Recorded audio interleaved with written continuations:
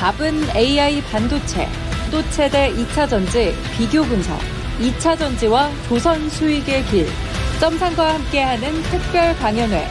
QR코드를 인식해 확인해보세요. 네, 토마토 시청자 여러분 안녕하십니까? 매주 화요일 명인들의 복귀에서 인사드리게 된 토마토의 김근우입니다. 반갑습니다. 자, 지난주에 맛보기로 제가 목요일에 한번 출연을 해서 여러분들께 이제 앞으로 명인들의 복귀에서 저는 이런 방식으로 진행할 겁니다 라고 한번 소개를 시켜드렸었는데 잘 기억하고 계신지는 모르겠습니다. 어떤 방식으로 진행할지 한번 더 설명을 드리겠습니다. 매주 화요일에 이 시간에 여러분들께 인사드릴 거고요. 그리고 그 주에 제가 꼭 해야 되는 이야기들을 당연히 구체적으로 드릴 거고, 또 하나는 제가 바라보고 있는 시장의 뷰를 다소 명확하게 여러분들께 드려보려고 합니다. 목요일날 그럼 제가 드렸던 뷰를 보셨던 분들은 오늘 어떤 지점이 바뀌었는가를 또 한번 보시면서 또 지수에 대한 뷰라든지 또 이슈에 대한 뷰도 같이 제공을 드릴 테니까 한번 여러분들이 투자하시는데 좋은 인사이트를 얻어가셨으면 좋겠다는 말씀 먼저 드리고 시작하도록 하겠습니다. 자, 오늘 우선 시장에 대해서 이야기를 드릴 텐데요. 차트를 보기 전에 오늘 우리 국내 시장이 시작하기 전에 전일 미국 증시의 마무리를 보게 되면 다우존스라든지 S&P 500은 제자리에 있었습니다. 근데 나스닥이 상승을 해주면서 미국 시장의 전반적인 상승 분위기를 이끌었었는데 당연하겠지만 그 중심에는 필라델피아 반도체 지수가 있었습니다. 2% 넘게 상승을 해주면서 나스닥의 상승을 이끌었던 건 반도체가 되는 것이었는데 그 필라델피아 반도체 지수 중심에는 우리가 잘 알고 있는 지금 시점의 대장주 엔비디아가 있었습니다. 엔비디아에 왜 집중을 하게 되었는가? 바로 우리 시간 기준으로 보자면 5월 23일 내일 모레 새벽에 엔비디아 실적 발표가 있습니다. 현재 시점에서는 각종 투자은행, 증권사, 외국계 언론 같은 경우도 엔비디아의 실적이 굉장히 좋을 것으로 예상을 하고 있습니다.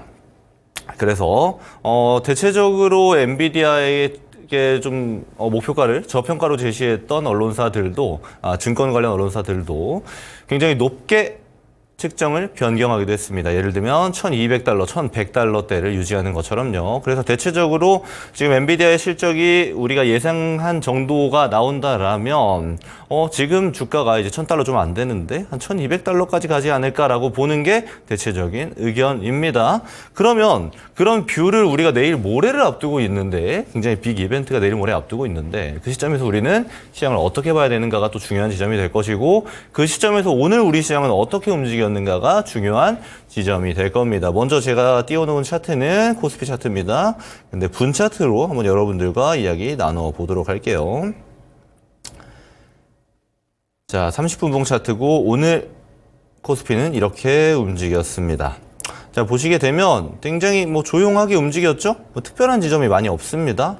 뭘 이야기 드리고 싶은 거냐면 시작은 조금 강하게 시작하는 듯 했어요. 물론 어제자보다는 강하지 못했습니다만은 그래도 오늘 평균치 움직임에 비해서는 괜찮나라고 생각이 들 정도의 출발이 발생했습니다만은 결국 다 반납을 하고 하락의 추세로 이어지는 움직임을 오늘 보여줬습니다. 근데 이유는 사실 좀 뻔했습니다. 이럴 거라고 예상할 수도 충분히 있었다라고도 말씀드릴 수 있을 것 같아요.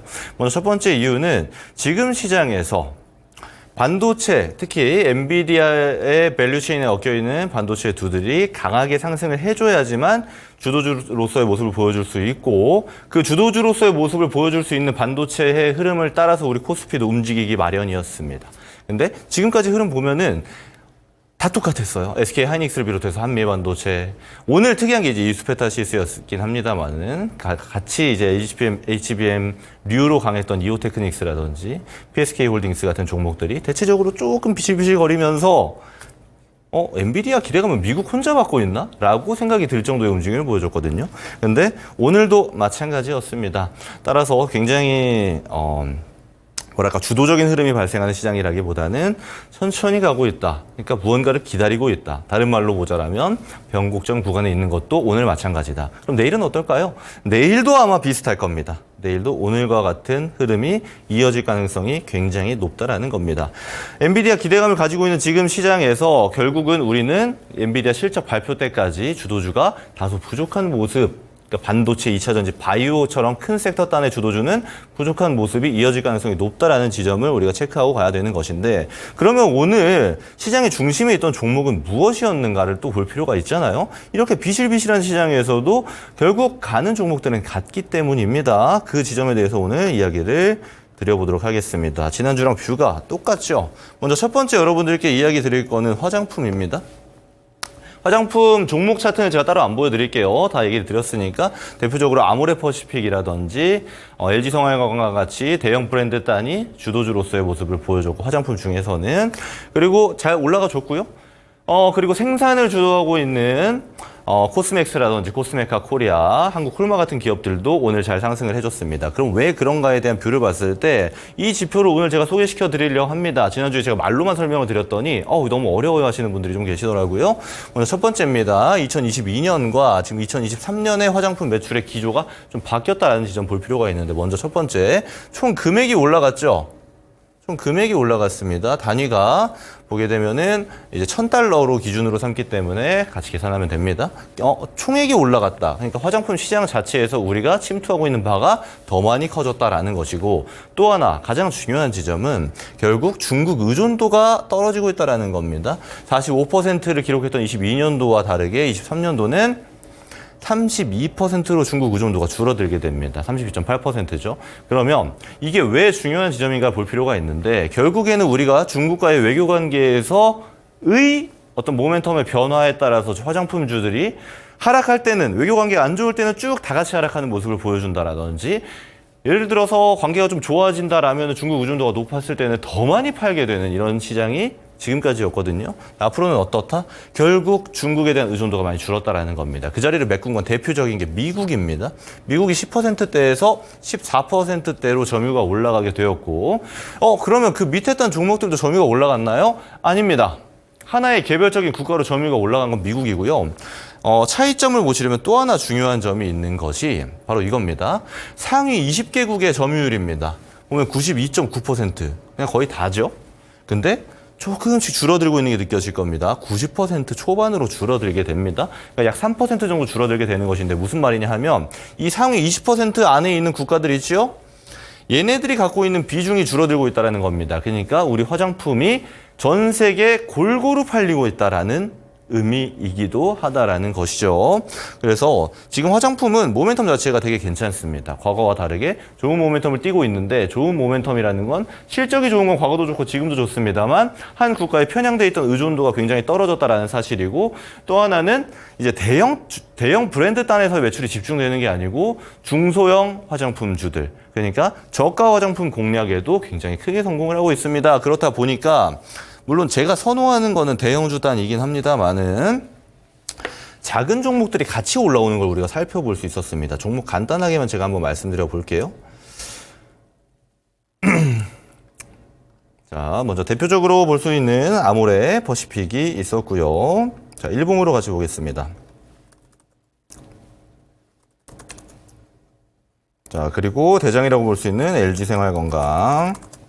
같이 잘 가고 있는 모습 볼 수 있을 겁니다. 천천히 우상향 해주고 있는 모습 비슷하죠? 네, 다소 최근 흐름 자체는 약간 바뀔 수 있습니다만 결국 방향 자체는 비슷하게 가고 있는 모습이고, 여기서 지금 봐야 되는 것이 코리아나라든지 뷰티스킨, 마녀공장, 이런 종목들이 이제 같이 상승을 해주고 있는 것인데, 이게 모멘텀이 약간 차이가 있을 수 있습니다. 중요한 거는 결국 대형주들이 쭉쭉쭉 밀어 올려주느냐, 상승률은 중소형주들의 훨씬 변동성이 크게 적용이 될 것입니다. 앞으로도 마찬가지고 지금도 그러고 있죠. 하지만 이 모멘텀이 꺾이는지 안 꺾이는지에 대한 중요한 지점은 LG생활건강과 아모레퍼시픽이 있는 것이고, 제가 바라보는 뷰에서는 당분간 지속된다라고 보는 겁니다. 물론 지금 수급 자체가 비어있는 공간이 굉장히 많습니다. 수급이 전체적으로 줄어있는 시장이고, 그렇다 보니까 전 세계 시장이 잘 가고 있는데 우리만 좀 주춤거리는 측면이 있죠. 근데 중요한 거는 그 줄어든 수급 단계에서 어디에 그럼 이 수급이 분포가 될 것인가인데, 만약에 저는 지금 괜찮게 봅니다. 그러면 조정 단계에서 우리가 매수를 해야 되는 거잖아요. 없는 분들 같은 경우, 있는 분들은 계속 쭉 보면 되는데, 그럼 조정 단계가 언제 올 거라고 보냐면, 예를 들어서 엔비디아의 실적 발표가 굉장히 좋게 나왔다라는 측면이 발생한다라면 화장품 분명히 조정 올 겁니다. 화장품에서 끝나는 게 아니고, 제가 여러분들께 드렸던 미용 의료기기주 있죠. APR이라든지, 클래시스, 제이시스 메디칼 이런 종목들, 미용 종목들도 같이 실적 모멘텀으로 가고 있거든요. 여기서도 지금 언제 타야 되나라고 고민하시는 분들 분명히 계실 텐데, 실적주들은 반도체가 올라갈 때 타시는 게 좋아 보인다라는 말씀도 같이 좀 드려보도록 하겠습니다. 물론 엔비디아 실적 발표가 어떤 방향으로 나오는지가 1차적으로 중요하고요. 같이 참고해 보실 만한 내용인 겁니다. 자, 그래서 지난주와 화장품주는 뷰가 똑같죠? 저는 비슷하게 보고 비슷하게 보는 안에서 트레이딩 뷰를 굉장히 좋아하는 전문가인데, 그런 지점들이 지속이 되고 있다는 것도 우리가 체크해 볼 필요가 있다는 것입니다. 자, 또 하나 말씀드릴 수 있는 게, 지금 MS에서 생성형 AI 기능 탑재된 코파일럿 PC를 출시하겠다라는 겁니다. 다음 달 18일로 지금 예정이 되어져 있는데, 지금 이거 자세히 봐야 되는 이슈인 게, 코파일럿이 뭐냐면 생성형 AI를 가 포함된 AI입니다. AI 기능을 그럼 PC에 직접 넣겠다는 건데, 이거 어디서 많이 들어본 내용이죠? 바로 우리가 잘 알고 있는 온디바이스 AI입니다. 그죠? 자, 그럼 이 온디바이스 AI에서 가장 먼저 얘기가 나오는 게 당연하겠지만 PC 단계입니다. 온디바이스 AI가 뭔지 모르시는 분들이 또 있을 수 있으니까 간략하게만 설명드리자면, 우리는 보통 AI의 기능을 탑재할 때는 클라우드에 있는 AI를 클라우드 서버에 있는 AI를 끌어다가 우리 디바이스랑 결합하는 방식을 많이 씁니다. 근데 그렇게 하지 않고 디바이스 자체에 AI를 씹는 거죠. 그래서 코파일럿 AI의 경우는 인터넷이 되지 않아도 일부 AI 기능을 사용할 수 있는 겁니다. 클라우드로 쓰게 되면 인터넷 안 되면 당연히 AI 기능이 안 되는 건데, 그래서 기능이 지금 요 정도가 지금 얘기가 나와져 있는데, 중요한 건 뭐냐면 이 온디바이스 AI를 실제 PC에 접목시켜서 출시하는 거, 그러니까 이 정도 기능을 포함한 게 최초라는 사실입니다. 그렇게 되면은 온디바이스 AI 관련 주들이 한 번에 모멘텀을 받을 수 있고, AI 관련 주들 모멘텀을 받을 수 있다는 겁니다. 이게 내달 출시 예정이기 때문에 AI 주들을 혹시 보유하고 계신 분들은 이 MS 모멘텀을 집중해서 보시기를 바란다라는 말씀 드려보도록 할게요. 예를 들면 폴라리스 그룹주 같은 게 예시가 될 겁니다. 얘는 차트를 따로 보지 않도록 할게요. 자, 그리고 자, 오늘 또 중요한 얘기가 있었던 게, 당연하겠지만 이건 제가 먼저 말씀드린 거 있죠? 엔비디아의 모멘텀을 가지고 지금 반도체 지수, 필라델피아 반도체 지수가 강하게 상승하면서 마무리했는데, 지금 선별적인 움직임 보여주는 게 오늘 시장이었습니다. 먼저 첫 번째, 이수페타시스 있죠? 이수페타시스는 오늘 굉장히 강했습니다.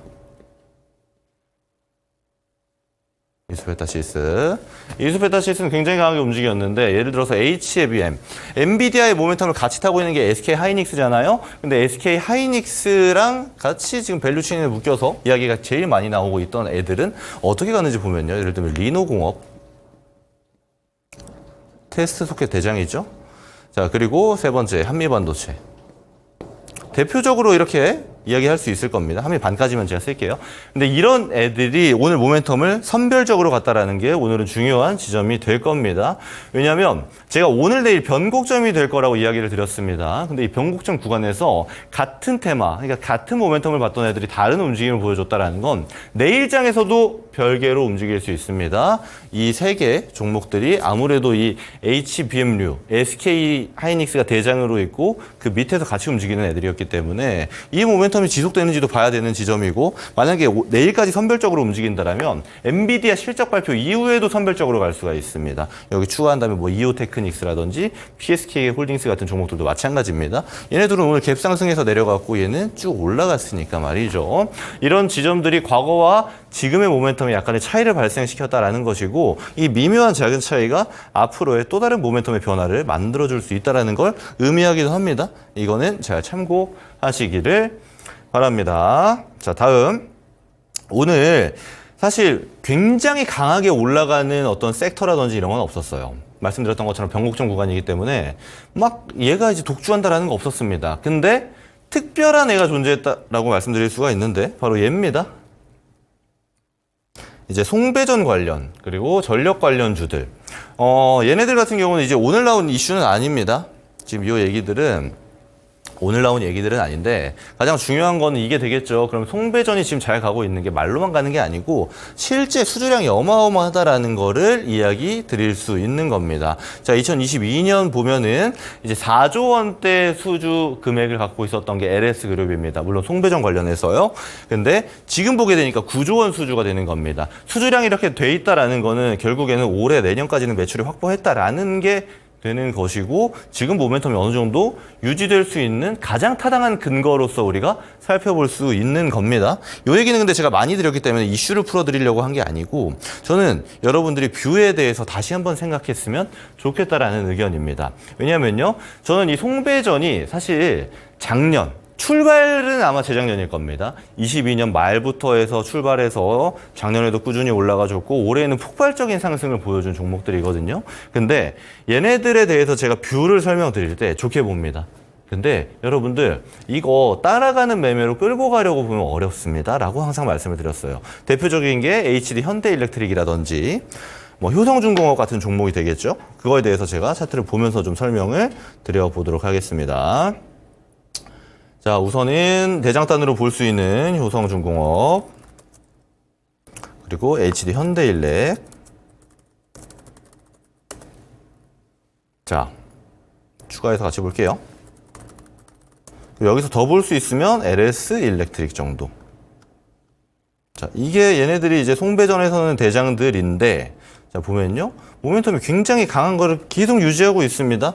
지금 상승분이 굉장히 크기 때문에 이전에 얘네 올라온 이 정도가 굉장히 작아 보이잖아요. 근데 지금 단계 상승이랑 사실 이때랑 비슷합니다. 금액이 이제 상방으로 많이 열려버려가지고 작아 보이는 것일 뿐이에요. 그럼 뭔 얘기를 드리고 싶은 거냐면 지금 얘네들이 상승하는 건 계속 끝이 없습니다. 앞으로 그럼 어디까지 갈까요? 알 수 없어요.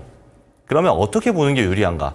지금 얘네들이 올라가고 있는 거는요. 일주일 전에도 마찬가지였고 2주일 전, 한 달 전에도 2달 전에도 마찬가지였습니다. 그럼 여기서 우린 두 개의 인사이트를 얻을 필요가 있습니다. 첫 번째 뭐냐? 여기에 올라탈 것인가? 그건 어렵다고 제가 얘기 드렸어요. 그럼 트레이딩 뷰로 볼 것인가? 오케이, 트레이딩 뷰로는 봐야죠. 지금 주도주 역할, 반도체 못하고 있죠. 2차 전지, 바이오 못하고 있습니다. 그럼 얘네들이 하고 있다라는 거예요. 그중에서는 얘네가 제일 좋다라는 겁니다. 지금 시장에서는. 그럼 얘네들 트레이딩 뷰로 안 봐야 될 이유가 없는 것입니다. 내렸을 때 사주는 거, 내렸을 때 잡아보는 거 당연히 필요하다라는 거고. 자, 두 번째 동그라미 뭐냐면 그럼 얘네 후발로 뭐가 움직일 거냐라는 겁니다. 이건 우리가 평소에 고민을 했어야 되는 내용이고 송배전에 들어가는 게 변압기만 있는 게 아니잖아요. 당연하겠지만 발전소에 들어가려면 발전을 해야 되는 거고 송배전 연결하려면 전선이 들어가야 되는 겁니다. 그래서 제가 얘기 드렸던 건 바로 이 얘기를 드려보려고 해요. 어떤 얘기냐면 자 보시면요. 이 뷰에 대해서 제가 처음 여러분들께 막 소개를 드렸던 건 이 최근에 와서가 아닙니다. 자, 제가 지난 공개 방송에서 여러분들께 이야기 드렸던 내용인데 자, 중간 부분 한번 볼게요. 제목 자체가 이렇게 써 있죠? 5월 시장 이렇게 갈 겁니다예요. 4월에 제가 봤을 때 여러분 5월에는 여기를 집중해야 됩니다라고 여러분들께 이야기 드리는 공개 방송 진행 중인데 중요한 거는 그럼 종목을 뭘 보고 있는 거냐? LS일렉이죠. 대한전선, 대온전선, 가온전선을 보고 있는 겁니다.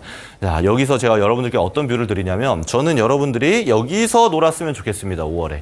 얘네가 지금도 좋지만 제일 좋아 보입니다. 근데 그 중에서도 제일 좋다고 찝어드린 건 대한전선이었습니다. 자, 그럼 이런 말씀 하실 수가 있어요. 아니, 대한전선 여기서 여기까지 이미 다 올라왔는데 얘기하는 거냐?